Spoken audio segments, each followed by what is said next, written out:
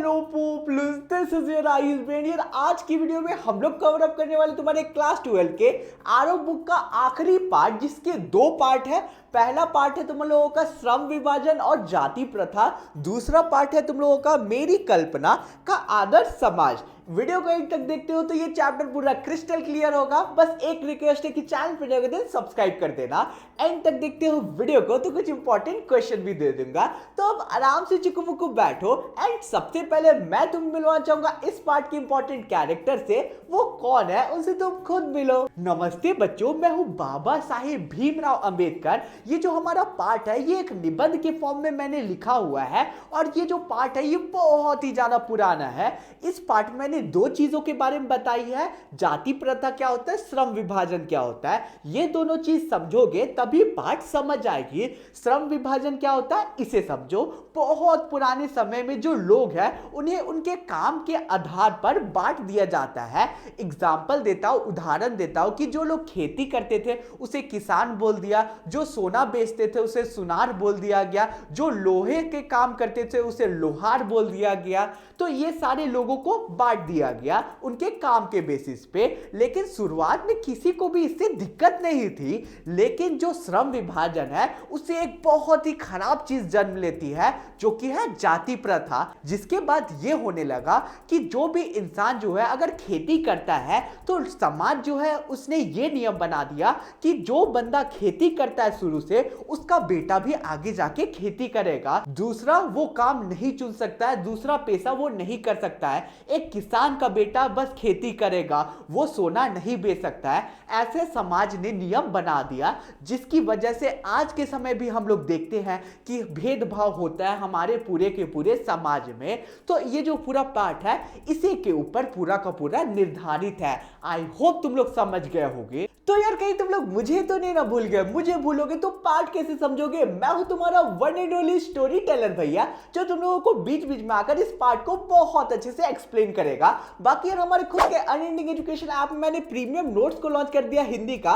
पीछे बैकग्राउंड में तुम लोग सैंपल देख सकते हो। इन प्रीमियम नोट्स में मैंने इंपॉर्टेंट क्वेश्चन भी डाला है, इनसे पढ़ के तुम लोग बहुत अच्छे मार्क्स स्कोर कर सकते हो। लिंक डिस्क्रिप्शन में गिवन है, जरूर चेकआउट करना। तो अब चलो हम लोग पार्ट को शुरू करते हैं और सबसे पहले पार्ट को समझते हैं, जो कि हम लोगों का श्रम विभाजन और जाति प्रथा। पार्ट शुरू करते हुए लेखक कहते हैं कि ये एक बहुत ही अजीब बात है कि आज के आधुनिक समय में भी बहुत सारे लोग जो है वो जातिवाद का समर्थन करते हैं। उनका ये मानना है कि आधुनिक समय में कार्य कुशलता के लिए श्रम विभाजन बहुत ही ज्यादा जरूरी है, और जातिवाद जो है वो उसी का एक हिस्सा है। मेरे अनुसार ये तर्क बहुत ज्यादा गलत है, क्योंकि जाति प्रथा कामों का विभाजन नहीं करता है, बल्कि काम करने वाले लोगों का विभाजन कर देता है। किसी भी सभ्य समाज में श्रम विभाजन तो होता है, लेकिन जाति प्रथा नहीं होती है। जाति प्रथा जो भी समाज में होता है वहां पे भेदभाव आ जाता है। भारत की जाति प्रथा का खास बात यह है कि लोगों को अलग अलग वर्गों में बांट दिया जाता है और उनके साथ फिर भेदभाव शुरू कर दिया जाता है। लेखक आगे कहते हैं कि जाति प्रथा और श्रम विभाजन को एक मानना गलत होगा, और यह स्वाभाविक नहीं होगा, क्योंकि दोनों ही अलग अलग होते हैं। सामान्य व्यक्ति अपने रुचि, क्षमता और योग्यता के आधार पर ही अपना काम चुनता है। एक अच्छे समाज के निर्माण के लिए यह जरूरी है कि हर एक इंसान को अपनी क्षमता, अपनी रुचि के आधार पर काम को चुनने का अवसर दिया जाए। लेकिन जाति प्रथा में इसे खत्म कर दिया जाता है। जाति प्रथा में व्यक्ति का काम उसके जन्म से ही तय कर दिया जाता है, और उससे उसकी इच्छा नहीं पूछी जाती है। अगर कोई किसान है तो ये तय कर दिया जाता है कि उसका बेटा जब होगा वो भी किसान ही बनेगा।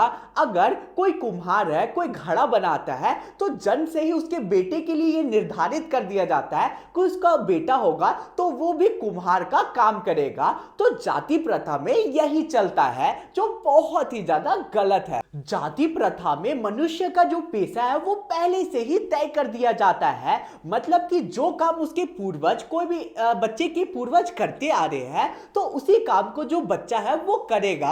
अगर उसका रुचि उस काम में नहीं है, फिर भी वो अपने काम को, पेशे को चेंज नहीं कर सकता है। अगर वो किसी भी दूसरे काम में रुचि रखता है और कोई भी दूसरे काम को बहुत अच्छे से कर लेता है, फिर भी समाज अनुमति नहीं देता है कि तुम दूसरे काम को कर सकते हो। आधुनिक आधुनिक समय में चीजें बहुत जल्दी बदलते जा रही है और ऐसे भी हो सकता है कि किसी भी व्यक्ति को अपना पेशा बदलने की जरूरत पड़ सकती है। लेकिन जातिवाद में, जाति प्रथा में यह होता है कि लोगों को अपने पेशे को बदलने की अनुमति नहीं दी जाती है। अगर कोई किसान है तो उसे हमेशा खेती करना होगा, दूसरे काम वो नहीं कर सकता है। एग्जाम्पल दूं तो एक इंसान है जिसका बिजनेस पूरा डूब जाता है तो वो दूसरे पेशे में दूसरे काम को नहीं कर सकता है। अगर वो ऐसा करता है तो उसके साथ बहुत गलत होता है समाज में। आज के आधुनिक दुनिया में जो जाति प्रथा है वो भारत के लिए एक बहुत बड़ी समस्या बन चुकी है।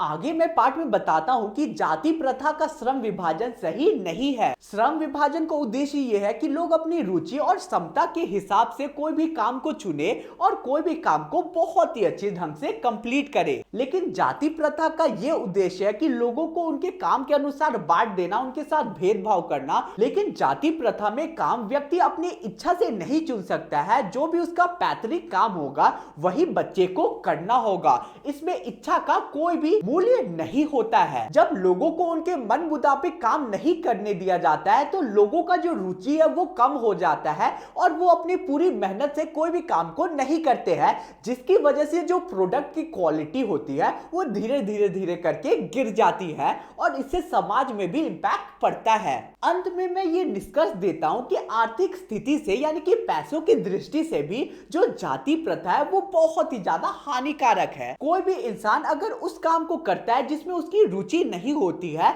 तो वो उस काम को अच्छे से नहीं कर पाएगा, जिससे आर्थिक नुकसान होगा समाज को। इसलिए जाति प्रथा समाज और अर्थव्यवस्था दोनों के लिए हानिकारक है। तो यार इसी के साथ हमारा पहला पार्ट बहुत अच्छे से कंप्लीट होता है। चैनल पर नए हो तो सब्सक्राइब कर देना। शुरू करते हैं सेकंड पार्ट को, जो कि है मेरी कल्पना का आदर्श समाज। इस पार्ट में हम लोग ये समझेंगे कि एक आदर्श समाज कैसा होता है, कैसा दिखता है और वो कौन कौन से मूल्यों पे आधारित होता है। तो चलो शुरू करते हैं हमारे दूसरे पार्ट को। अब मैं पार्ट में आगे बताता हूं कि लोग जाति प्रथा की बुराइयों को सुनकर उब गए होंगे, इसलिए अब आगे पार्ट में मैं समस्या के समाधान के बारे में बात करूंगा। तो मेरा सिंपल सा उत्तर रहेगा, ऐसा समाज जो स्वतंत्र हो, जिसमें समता हो और जिसमें भ्रातृता हो।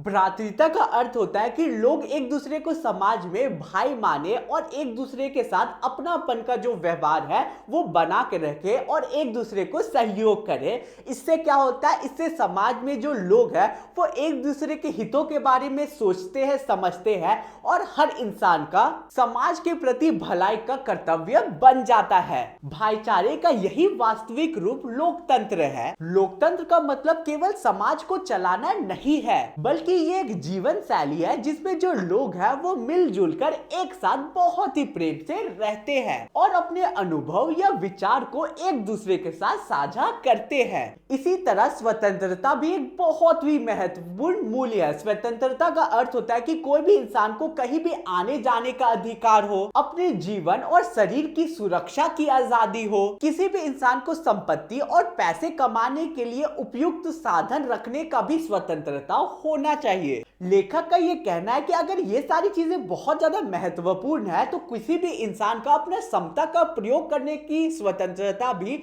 उससे ज्यादा महत्वपूर्ण है, क्योंकि एक अच्छा समाज तभी बन सकता है जब हर एक इंसान अपनी क्षमता का पूर्णता उपयोग कर पाए। जो लोग जाति प्रथा का सपोर्ट करते हैं वो शारीरिक सुरक्षा और संपत्ति के अधिकार जैसी स्वतंत्रता को आसानी से तो मान लेते हैं, लेकिन वो मनुष्य को अपनी क्षमता का पूर्ण उपयोग करने की स्वतंत्रता नहीं देना चाहते हैं। क्योंकि अगर वो स्वतंत्रता दे देते हैं तो जो लोग हैं वो अपने अनुसार पेशा को चुनेंगे और जाति प्रथा में ऐसा नहीं होता है। लोगों को अनुमति नहीं होती है अपने अनुसार पेशा को चुनने का या फिर अपने काम को चुनने की। लेखक के अनुसार ऐसी स्थिति दस्ता मतलब कि गुलामी की कैटेगरी में आती है, क्योंकि लोग जो है वो अपने इच्छा के विरुद्ध जो है काम को करते हैं, क्योंकि उन्हें दूसरे काम को करने की अनुमति नहीं होती है। तो जो हमारी जाति प्रथा है वो एक दस्ता का ही रूप है, यानी कि गुलामी का ही रूप है। इसके बाद जो लेखक है वो क्षमता की बात करते हैं। बहुत सारे लोग जो है वो बोलते हैं कि जो हमारा समाज है उसमें लोगों की क्षमता जो अलग अलग है, इसलिए जो समाज है उसमें बराबरी हर किसी की नहीं हो सकती है, यानी कि हर कोई समाज में जो है वो एक समान नहीं हो सकता है। और ये बात बहुत हद तक सही भी है, क्योंकि हर इंसान की जो क्षमता होती है वो अलग अलग होती है। मनुष्य की क्षमता 3 चीजों पे निर्भर करती है। पहला शारीरिक वंश परंपरा, दूसरा सामाजिक परंपरा, तीसरा व्यक्ति का खुद का प्रयास। इन 3 कारणों की वजह से कोई भी इंसान पूरी तरीके से समान नहीं हो सकता है। लेकिन मैं प्रश्न पूछना चाहता हूं कि क्या इन 3 चीजों के आधार पर किसी भी इंसान के साथ भेदभाव होना चाहिए? मेरा मानना यह है कि हर इंसान को समाज में इक्वल अपॉर्चुनिटी मिलना चाहिए और हर इंसान के साथ समान रूप का व्यवहार करना चाहिए। लेखक आगे कहते हैं कि किसी भी व्यक्ति के प्रयास अपने अलग अलग हो और अपने प्रयास के बल पे, मेहनत के बल पे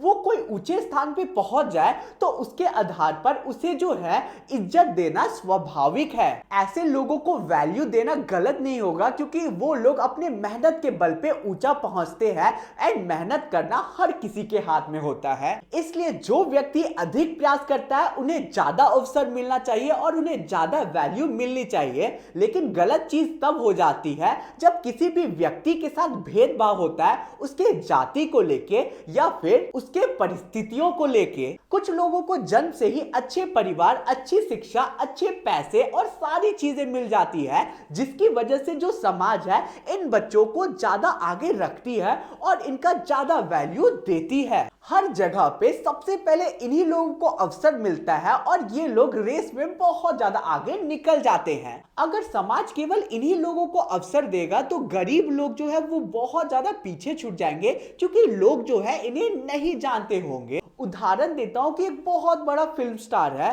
तो उसका जो बेटा होगा उसे भी लोग जो है बहुत ज्यादा प्रसिद्धि देंगे, लोग जानेंगे और उसे ज्यादा जल्दी अपॉर्चुनिटी मिलेगी बॉलीवुड में। वहीं पे किसी गरीब का जो बच्चा है वो बहुत अच्छा एक्टर होगा लेकिन उसे फिर भी अपॉर्चुनिटी नहीं मिलेगी बॉलीवुड में जाने का। तो यही एक उदाहरण है इस चीज का। इसलिए लेखक कहते हैं कि मनुष्य की क्षमता 3 चीजों पर निर्भर करती है। पहला जन्म, दूसरा सामाजिक परिस्थितियां और तीसरा मनुष्य की मेहनत। इसमें सामाजिक परिस्थिति और जन्म जो है वो किसी भी मनुष्य के हाथ में नहीं होती है। इसलिए हर इंसान को समान अवसर मिलना चाहिए उसके मेहनत को लेके। इसमें से जन्म और सामाजिक परिस्थितियां जो है वो किसी भी मनुष्य के हाथ पे नहीं होता है। इसलिए समाज को इनके आधार पर किसी भी व्यक्ति के साथ भेदभाव नहीं करना चाहिए। न्याय का सही अर्थ यह है कि शुरुआत से ही हर एक व्यक्ति को समान अवसर दिया जाए। आगे मैं कहता हूं कि समाज में समता बहुत ज्यादा जरूरी है क्योंकि एक राजनीतिक पुरुष को बहुत बड़ी संख्या के लोगों के लिए काम करना पड़ता है। उसके पास इतना समय और जानकारी नहीं होता है कि वो किसी के भी समता के हिसाब से किसी भी इंसान से बात करे। समाज को अलग अलग वर्गों में बांटना सही नहीं है। इसलिए एक राजनीतिक इंसान को ऐसा सिद्धांत को अपनाना चाहिए जिसमें वो हर एक इंसान से, हर एक समाज के व्यक्ति से इक्वल बराबरी से व्यवहार कर सके। लेखक आखिरी में बोलते हैं कि समाज को चलाने के लिए सबसे व्यवहारिक तरीका यह है कि हर एक इंसान जो भी समाज में है सबको समान रूप से देखा जाए। एक अच्छे समाज और शासक का महत्वपूर्ण सिद्धांत यही है। तो यार इसी के साथ आज का हमारा पूरा पार्ट बहुत ही अच्छे से कंप्लीट होता है। होप से सारी चीजें समझ आ गई होगी। कमेंट एरिया में जरूर बताना कि तुम लोगों को वीडियो कैसा लगा। चैनल पर नए हो तो सब्सक्राइब कर देना। अब तुम्हारी स्क्रीन पे इंपॉर्टेंट क्वेश्चन दिख रहा है, ये क्वेश्चन एग्जाम के पर्सपेक्टिव से इंपॉर्टेंट है। आंसर चाहिए तो टेलीग्राम ग्रुप ज्वाइन कर लेना और उसके साथ साथ इंस्टा पे फॉलो करना मत भूलना। और हाँ, प्रीमियम नोट्स को जरूर चेकआउट करना, लिंक डिस्क्रिप्शन में मिल जाएगा। मिलते हैं यार नेक्स्ट वीडियो में। Bye bye.